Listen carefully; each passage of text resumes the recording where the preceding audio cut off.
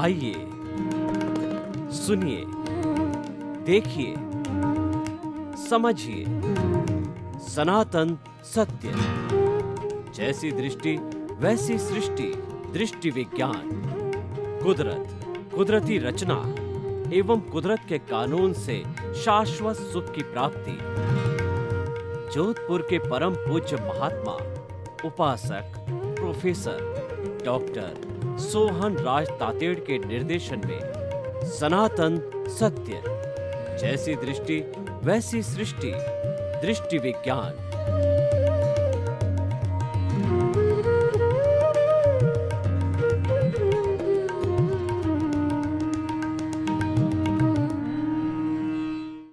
ओम ह्रीं नमो अरहन्ताणं।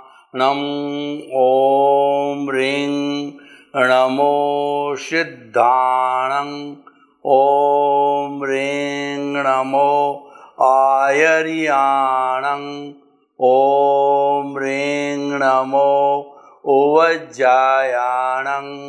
ओम ह्रीं नमो लोये सव्वसाहुणं। ऐसो पंच नमोकारो सव्वपावपणासनो। मंगलाणं च सव्वेसिं पडमं हवै मंगलं। पडमं हवै मंगलं। ओम नमो भगवते वासुदेवाय नमः। ओम नमः शिवाय। जय सच्चिदानंद। त्रिमंत्र की साधना संपूर्ण मानव जाति को जोड़ने की साधना है। आज के इस युग के अंदर, जो कि प्राइवेटाइजेशन, लिबरलाइजेशन, ग्लोबलाइजेशन का युग है, विज्ञान का युग है, इसमें समन्वय का सूत्र रखना चाहिए।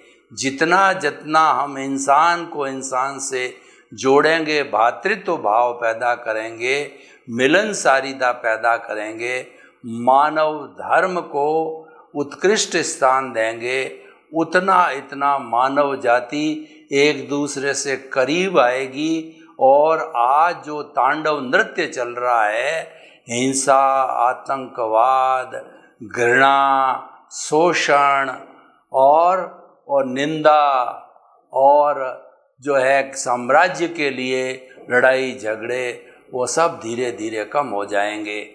हमें समन्वय का सूत्र खोजना है। सनातन सत्य, यूनिवर्सल ट्रुथ, सार्वभौम सत्य, ये कुदरत, कुदरती रचना और कुदरत के कानून से प्राप्त होता है। और इसके अंदर जैसी दृष्टि वैसी सृष्टि को ध्यान में रख करके दृष्टि विज्ञान, रियल पुरुषार्थ बताया जाता है। इससे निष्पत्ति होती है, शाश्वत सुख की प्राप्ति होती है, ब्लिस की प्राप्ति होती है। वो मानव जीवन का सर्वोत्तम लक्ष्य है। क्योंकि मानव जब ब्लिस को प्राप्त होता है इस जन्म में या अगले जन्मों के अंदर, फिर उसको कुछ भी प्राप्त करना शेष नहीं रहता है। ये सनातन सत्य का सारा कार्य हम अलग अलग एपिसोड्स के माध्यम से करते हैं। तो आज हमारा बहुत ही सुंदर एपिसोड है तारतम्य तादात्म्य। तारतम्य तादात्म्य का अर्थ होता है, तारतम्य का अर्थ होता है कंसिस्टेंसी। तेल की धार लगातार चलती रहती है, वह टूटती नहीं है, वो तारतम्य कहलाता है। और तादात्म्य का अर्थ होता है कि एक दूसरे से ऐसा जुड़ के रहना कि वह ध्यान वहाँ से हटे नहीं है। जैसे कि मैं बोल रहा हूँ, मेरे से जो श्रोता है वो वक्ता और श्रोता के बीच के अंदर एक जो है वो देह, ध्यान और ध्याता एक हो जाता है, वहाँ तादात्म्य होता है। तो हमें तादात्म्य स्थान पूरा मानव जाति में पैदा करना है। उसके लिए हमको तारतम्य की आवश्यकता होगी। देखिए, जब कभी भी हम एक बड़ी शीशी के अंदर जो है वो तेल को भरते हैं या घी को भरते हैं और उस शिशी का मुंह छोटा होता है, तो हमें जो है पूरा ध्यान रखना पड़ता है कि वो तेल की बूंदें नीचे गिर नहीं जाए। हमारा सारा जो है ध्यान है उस तेल की धारा पर टिका रहता है कि तेल की धारा टूटनी नहीं चाहिए ताकि तेल नीचे नहीं गिरे। एक व्यक्ति को जो है वह ये कहा गया, एक व्यक्ति को मृत्यु दंड दिया गया। मृत्यु राजा ने मृत्यु दंड दिया तो उसने बहुत गुहार करी कि मैं तो निर्दोष हूँ, मेरे को कृपया मृत्यु दंड आप नहीं देवें, तो कोई दूसरी सजा में भुगतने को तैयार हूँ। तो राजा ने ये कहा कि मैं तुम्हारे को ये तेल का भरा हुआ कटोरा देता हूँ, तुम राजमहल से जो एक दूसरा स्थान बताया कि जो कि गरीब की झोंपड़ी है, उसके बीच में इस तेल के कटोरे को लेकर के जाओ, एक बूंद भी तेल गिरनी नहीं चाहिए। और साथ में सैनिकों को भेज दिया कि कहीं बूंद गिर जावे रास्ते में तो बता देना, इसकी सज़ा एज इट इज़ रहेगी। अब उसको अपनी सज़ा से, जो उम्र कैद से या जो है फांसी से बचना था, तो वह इतना जो है उसने तारतम्य बिठा दिया कि वह उसका ध्यान केवल उस जो है तेल की कटोरे के ऊपर रहा। इस पूरे रास्ते के अंदर लेफ्ट में, राइट में, ऊपर में, नीचे में क्या हो रहा है उधर कोई ध्यान नहीं दिया। और वह उस जो है गरीब की झोंपड़ी तक आराम से पहुंच गया बिना तेल की एक बूंद गिराए। तो शर्त के अनुसार उसकी जो फांसी की सजा टल गई। अब देखिए दूसरा उदाहरण हम आपको बताते हैं कि अर्जुन जो द्रौपदी का संयंवर रचा गया, तो द्रौपदी के संयंवर के अंदर राजा द्रुपद ने ये शर्त रखी कि ये आग्नेयी यानी अग्नि से उत्पन्न हुई है, तो इसको जो है वही व्यक्ति, वो उसी को ही हार पहनाएगी कि ऊपर मछली लटक रही है और नीचे जो है वह एक तालाब नुमा बनाया हुआ है, उसके अंदर उसकी परछाई है, उसकी परछाई के अंदर उसकी घूमती हुई मछली ऊपर उसकी आँख दिख रही है, जो इस पानी की परछाई में उस आँख को देख करके और जो है वो उल्टी दिशा के अंदर तीर जो है चला करके और घूमती हुई मछली की आँख का छेदन कर देगा, उसी के साथ द्रौपदी का विवाह होगा। तो कई राजाओं ने कोशिश की लेकिन नहीं हो सका। एक धनुर्धारी अर्जुन रहा, उसके पहले जो कर्ण भी धनुर्धारी था, लेकिन कर्ण जो है शूद्र पुत्र था, जो द्रौपदी ने पहले ही शर्त लगा दी कि मैं शूद्र पुत्र से शादी नहीं करूंगी। तो अब केवल एक ही जो है प्रतिनिधि रहा, वो था अर्जुन था। तो अर्जुन को जब उसने अपना निशाना साधा तो अर्जुन से पूछा गया कि तुम्हें क्या दिखाई दे रहा है। अन्य अन्य राजकुमारों से पूछा गया तो किसी ने तो ये कहा कि मुझे जो है घूमती हुई मछली दिखाई दे रही है, किसी ने ये कहा कि ये नीचे जो है तालाब बना हुआ है उसके अंदर उसकी आँख की परछाई दिख रही है, और किसी ने कहा कि मुझे घूमती हुई मछली दिखाई दे रही है। हर एक ने अलग अलग जवाब दिया। अर्जुन ने तो एक ही बात कही कि घूमती हुई मछली जिसकी आँख का छेदन कर रहा है, मुझे केवल उसके अलावा कुछ भी दिखाई नहीं दे रहा है। तो उसने तारतम्य बिठा दिया, उसने अपने लक्ष्य को साध लिया, लक्ष्य के प्रति तारतम्य बैठा दिया, यानी ध्यान ध्येय और ध्याता एक हो गए। तो एक होने की जो स्थिति है ये तारतम्य की स्थिति होती है। उसी तरीके से जो है अगर कोई विद्यार्थी सिर्फ अपने रिजल्ट के ऊपर, रिजल्ट ओरिएंटेड होकर के ऊपर उसके ऊपर नज़र टिकाए कि मुझे तो ये मेरा जो है वह लक्ष्य पूरा करना है, तारतम्य बिठावे तो लक्ष्य की प्राप्ति कर सकता है। जो लोग लक्ष्य साधते हैं तीर भाले का, वह उस बिंदु पे लक्ष्य साधते हैं, उसके साथ तारतम्य बिठाते हैं जहाँ पर कि तीर छोड़ना होता है। तो हम ये क्या कहना चाहते हैं कि मनुष्य को जो है तारतम्य अपने लक्ष्य के प्रति बनाना, लक्ष्य के प्रति करना चाहिए। तो सबसे पहले लक्ष्य का निर्धारण करो कि आपको क्या पाना है। लक्ष्य हमारे दो तरह के हैं, एक तो भौतिक लक्ष्य और एक आध्यात्मिक लक्ष्य। भौतिक लक्ष्य में मान लें कि किसी व्यक्ति को जो है अच्छा कुबेरपति बनना है, तो वो जो फैक्ट्री की लाइन चुनता है या ट्रेडिंग लाइन चुनता है, जो भी वो लाइन चुने तो सारा ध्यान आकृष्ट उसका उस तरफ रहना चाहिए, उसकी हर एक गतिविधि पे ध्यान रखना चाहिए।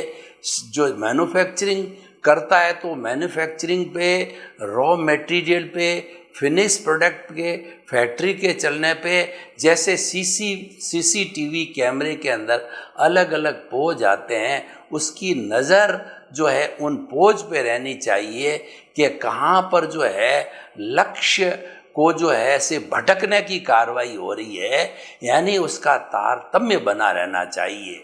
मैं जो आपको जो है ये प्रवचन कर रहा हूँ, तो मेरा तारतम्य, मेरा उस बहती हुई जो है वो शब्दों के प्रवाह के साथ होना चाहिए, शब्द विन्यास के साथ होना चाहिए, विषय के साथ होने चाहिए। विषय से मुझे भटकना नहीं है, विषय वस्तु के साथ तारतम्य बिठाना चाहिए।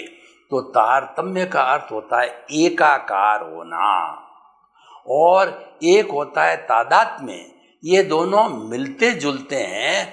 तारतम्य और तादात्म्य दोनों मिलकर के लक्ष्य को अच्छी तरह से जो है वो कर सकते हैं। तादात्म्य का अर्थ होता है डिवोशन और डेडिकेशन, यानी आपने तेल की धार पे अपना लक्ष्य तो बना दिया कि आपका ध्यान तो वहाँ है, लेकिन उससे जुड़ी हुई कई वस्तुएं हैं, जैसे कि आपका पोज है, हाथ का पोज है, शीशी हाथ के अंदर है और तेल जो है दूसरे हाथ में है। दोनों हाथ हिलने नहीं चाहिए। ये हिलना, आपका ध्यान तो उसके धार के ऊपर है, लेकिन ये हिलना न हिलना ये तादात्म्य है।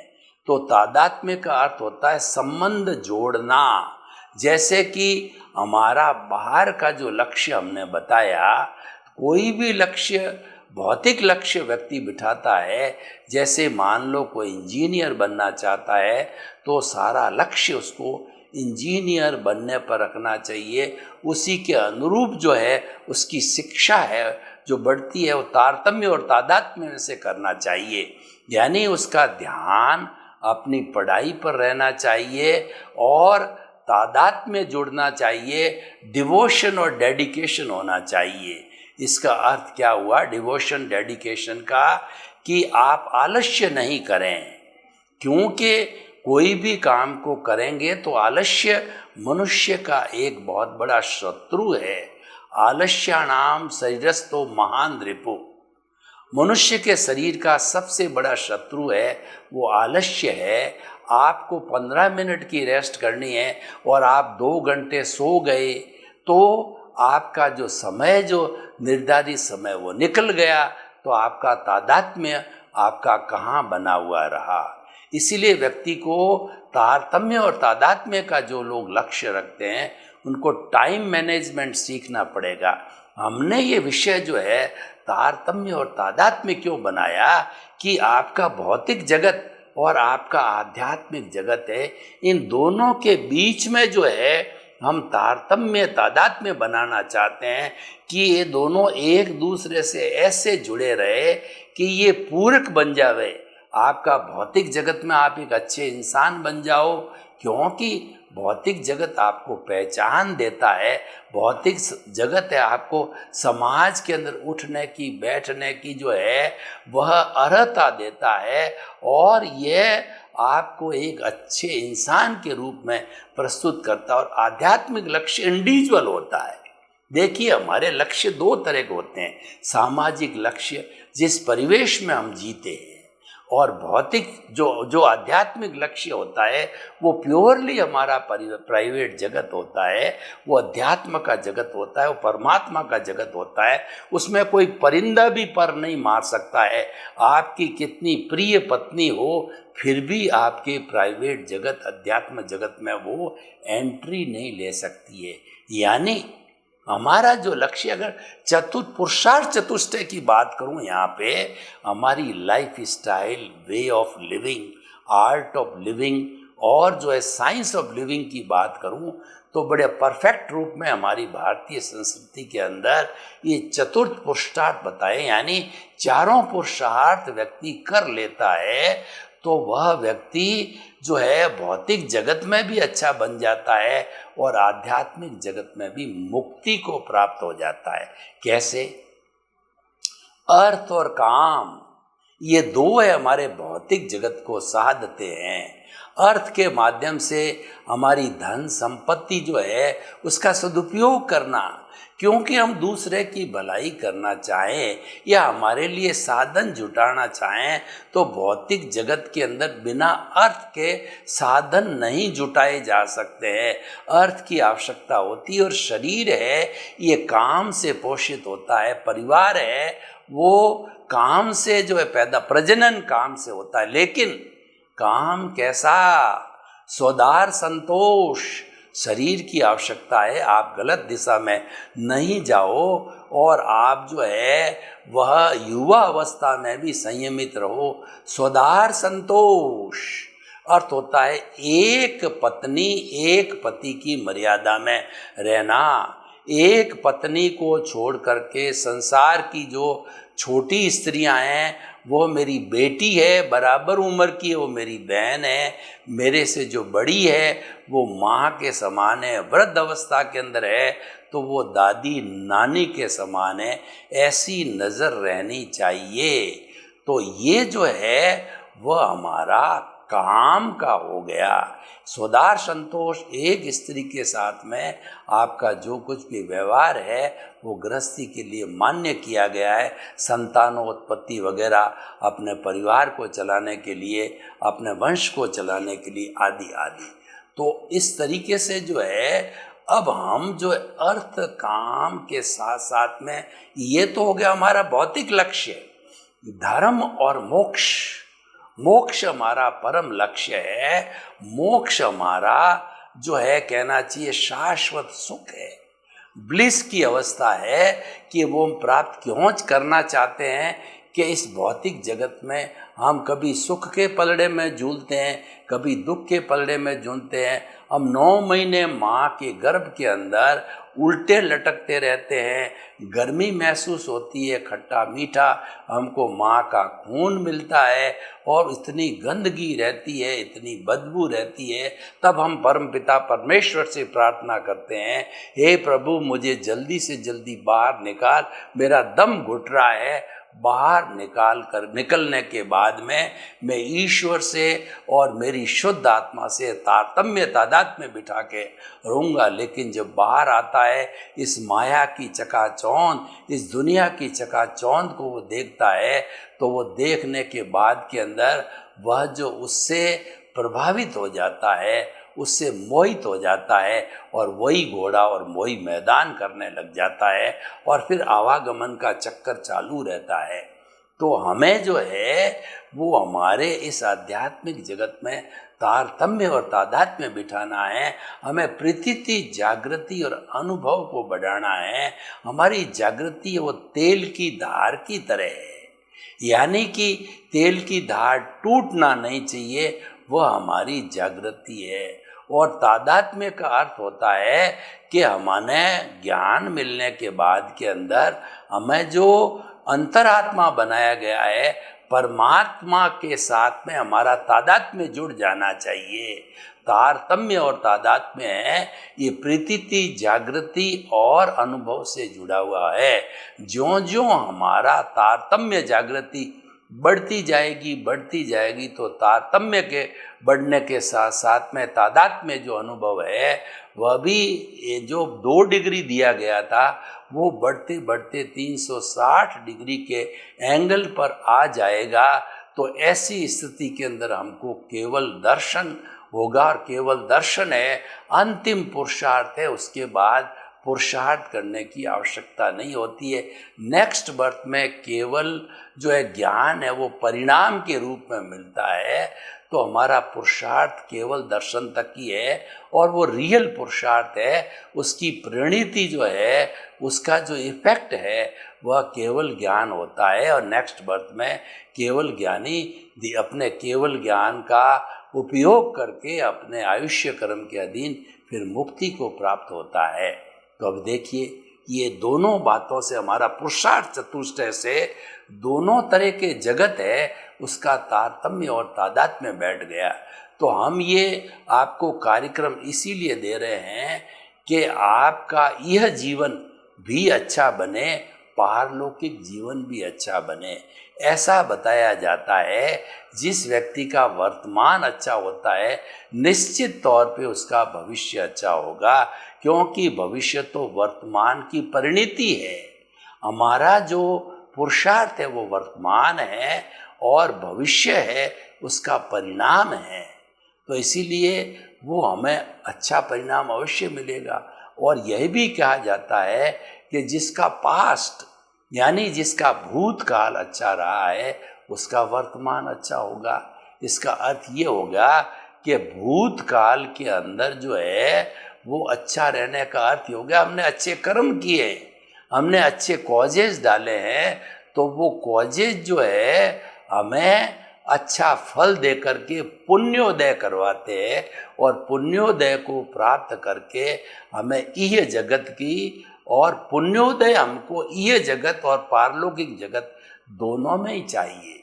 मुक्ति जाने के लिए भी पुण्य चाहिए, और हर धार्मिक क्रिया जो धर्म की हमने बात कही, मन वचन काया की शुभ प्रवृत्ति है, धार्मिक क्रिया है, और हर धार्मिक क्रिया के साथ के अंदर जो है वो शुद्ध भाव शुभ भाव जो है वो हमको पुण्य के रूप में बोनस के रूप के अंदर मिलते हैं।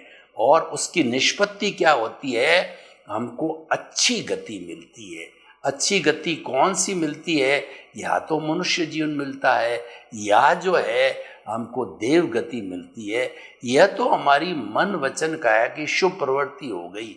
हम उससे ऊपर बात करते हैं कि आप जो है फिर आप मनुष्य गति में और जो है देव गति के अंदर चलते रहोगे, आपको टाइम लगेगा। हम आपको बताना चाहते हैं, उदाहरण देता हूँ, आपको यहाँ से बॉम्बे जाना है, तो बॉम्बे जाने के लिए आप बस का माध्यम है, ट्रेन का माध्यम है, और ट्रेन में भी एक्सप्रेस है और लोकल ट्रेन है, और भी जल्दी जाना चाहें तो फ्लाइट है। आप जल्दी से जल्दी जाने के लिए फ्लाइट का उपयोग करेंगे, क्योंकि आप टाइम मैनेजमेंट करते हैं, आप टाइम इज़ मनी मानते हैं, और आप समय को धन मानते हैं, समय की बचत करना चाहते हैं, तो आप फ्लाइट से जाएंगे। तो यहाँ पर जो है दो विधाएं खड़ी हो गई। ये तारतम्य तादात्म्य से जुड़ा हुआ है कि हम तारतम्य तादात्म्य किसके साथ रखें, मन वचन काया की शुभ प्रवृत्ति से के साथ रखें, या दृष्टि विज्ञान है वो शुद्ध प्रवृत्ति के साथ में रहें। वो दृष्टि विज्ञान क्या है, मन वचन काया से मुक्त रहना, यानी मन वचन काया को शुद्ध करने की बात नहीं, उससे मुक्त रहना। एक तो मन वचन काया की शुभ प्रवृत्ति करना, यानी उसको शुद्ध करना, एक पॉइंट। दूसरा, मन वचन काया की हर प्रवृत्ति से मुक्त रहना, दूसरी बात है। दोनों का डिफरेंस आप समझो कि जो हमारी दो शाखाएं हैं जैन धर्म की, एक तो होता है क्रमिक मार्ग, स्टेप बाय स्टेप, पहला गुणस्थान, दूसरा गुणस्थान, तीसरा गुणस्थान, चौथा, पांचवा, छठा, सातवां, आठवां, नौवां, 10वां, 11वां, 12वां, 13वां, 14वां, क्रम से चलो। और एक होता है अक्रम, बिना क्रम का। ये अक्रम कहाँ से आया कि भगवान ऋषभ के समय से आया। भगवान ऋषभ के 100 पुत्र थे, 99 पुत्रों ने दीक्षा ले ली, और भरत चक्रवर्ती था, तो राजकाज चलाने वाला भी चाहिए। तो भरत चक्रवर्ती ने राजकाज चला रहे थे, हिंसा कर रहे थे, कई रत्न थे उसकी युद्धशाला में।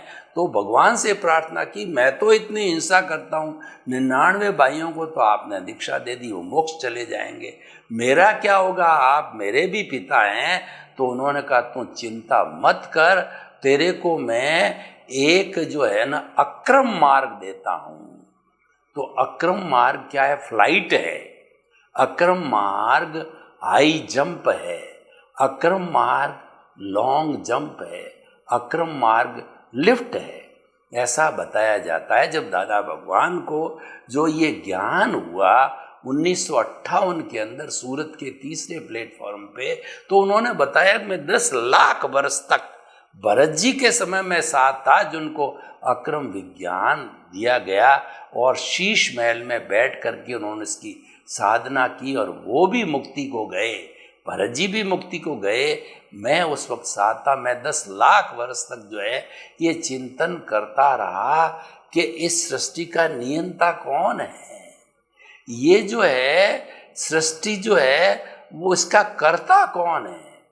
उन्होंने 10 लाख साल के बाद में 1958 के अंदर उनको एक दिव्य ज्ञान हुआ, अक्रम विज्ञान कहते हैं उसको, अक्रम मार्ग कहते हैं। उसके अंदर ये पता चला कि कर्ता तो व्यवस्थित शक्ति है, मनुष्य तो उसका एक निमित्त मात्र है। इस सृष्टि को चलाने वाली व्यवस्थित शक्ति है, वो है साइंटिफिक सर्कमस्टेंशियल एविडेंसेस है, वही इसको चलाती है।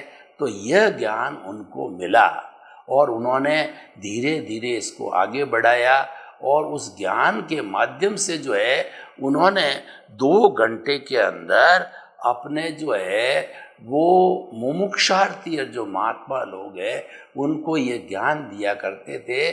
उस 2 घंटे के अंदर उनको जीवात्मा से अंतरात्मा बना देते हैं, उनको जो है आत्म पद पर बिठा देते हैं।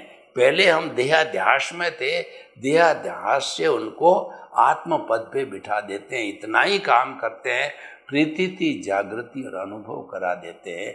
यानी उनमें तारतम्य और तादात्म्य जो है ये दोनों चैप्टर खोल देते हैं। अब उसका विकास धीरे धीरे करना, उसी में बने रहना, ये तो पर्टिकुलर महात्मा को ही करना पड़ेगा, क्योंकि वो तो रास्ता दिखाने वाले हैं। वो मुक्ति में भेजने की किसी भगवान की भी ताकत नहीं है, ब्लिस को देने की ताकत दुनिया में किसी को नहीं है। भगवान महावीर ने भी यही कहा कि तुम मुझे मानो जानो अच्छी बात है, न मानो न जानो अच्छी बात है, लेकिन अगर तुम जो है मुक्ति को प्राप्त होना चाहते हो, शाश्वत सुख को प्राप्त होना चाहते हो, ब्लिस को प्राप्त होना चाहते हो, साल्वेशन, इमांसिपेशन और फ्री फ्रॉम दी बॉन्डेज जैसे आवागमन से मुक्त होना चाहते हो, समस्त दुखों से छुटकारा पाना चाहते हो, तो मैंने 12.5 वर्ष की तपस्या करके जो मैंने रास्ता निकाला, उस रास्ते पे तुम स्वयं चलो। तुम चलोगे तभी तुम्हें सत्य उद्घाटित होगा, क्योंकि सत्य का उद्घाटन करने के लिए तुम्हें खुद चलना पड़ेगा। मैं तो तुम्हें रास्ता बता सकता हूँ। वो रास्ता क्या है? वो रास्ता ये है, अपना सच में सेजा मैतिंग हुए सुकप है, स्वयं सत्य खोजो। रास्ता उन्होंने दिया कि किसी को बताया हुआ अच्छी बात है, किताब में से पढ़ा हुआ अच्छी बात है, किसी से लिया हुआ अच्छी बात है, लेकिन उसकी सतत जागृति रखना, उसमें तारतम्य और तादात्म्य जो आज का विषय है वो बनाए रखना, उसके अंदर रियल पुरुषार्थ करना, वो तो उसको करना पड़ेगा जो कि जो है शाश्वत सुख प्राप्त करना चाहते हैं, जो सनातन सुख प्राप्त करना चाहते हैं। और उन्होंने उसके लिए जो है कुदरती रचना, कुदरत के कानून को सहारा बनाया। तो उन्होंने जो है वह क्या बताया कि वो रास्ता क्या है? तो उन्होंने कहा कि अपना सच में सोजा मैतिंग भुए सो कप है, इस लोक के सब जीवों के साथ में मैत्री करो। जो 84 लाख जीवा योनियां हैं उन जीवा योनियों को सबको मित्रवत समझो, किसी को दुश्मन समझो, किसी को दुख मत दो। तो इस तरीके से अगर हम तारतम्य और तादात्म्य हमारे भौतिक जगत और आध्यात्मिक जगत का लक्ष्य बनाएंगे तो हम शाश्वत सुख को प्राप्त हो सकते हैं। सर्वे भवन्तु सुखिनः, सर्वे सन्तु निरामया। लोक के सब जीवों को सुख मिले, शांति मिले, आनंद मिले और भातृत्व मिले, प्रेम मिले, सौहार्द मिले और उनको स्नेह मिले, सबको मुक्ति मिले। आपके प्रति मंगल।